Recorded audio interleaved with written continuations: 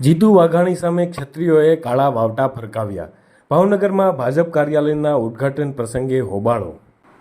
ક્ષત્રિય સમાજને લઈને રૂપાલાએ કરેલા નિવેદન બાદ સર્જાયેલો વિવાદ 1 મહિના બાદ પણ શાંત પડવાનું નામ નથી લઈ રહ્યો.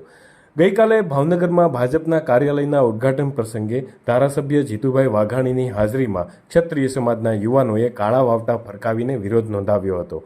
કાર્યાલયના ઉદ્ઘાટન પ્રસંગે અચાનક ક્ષત્રિય સમાજના યુવકો દોડી આવતા પોલીસ કર્મીઓમાં પણ દોડધામ મચી હતી. પોલીસે વિરોધ કરી રહેલા યુવકોને ડિટેન કર્યા હતા. ક્ષત્રિય સમાજના 50 જેટલા યુવકોએ આવી કાળા વાવટા સાથે સૂત્રોચ્ચાર કરતા વાતાવરણ તંગ બન્યું હતું.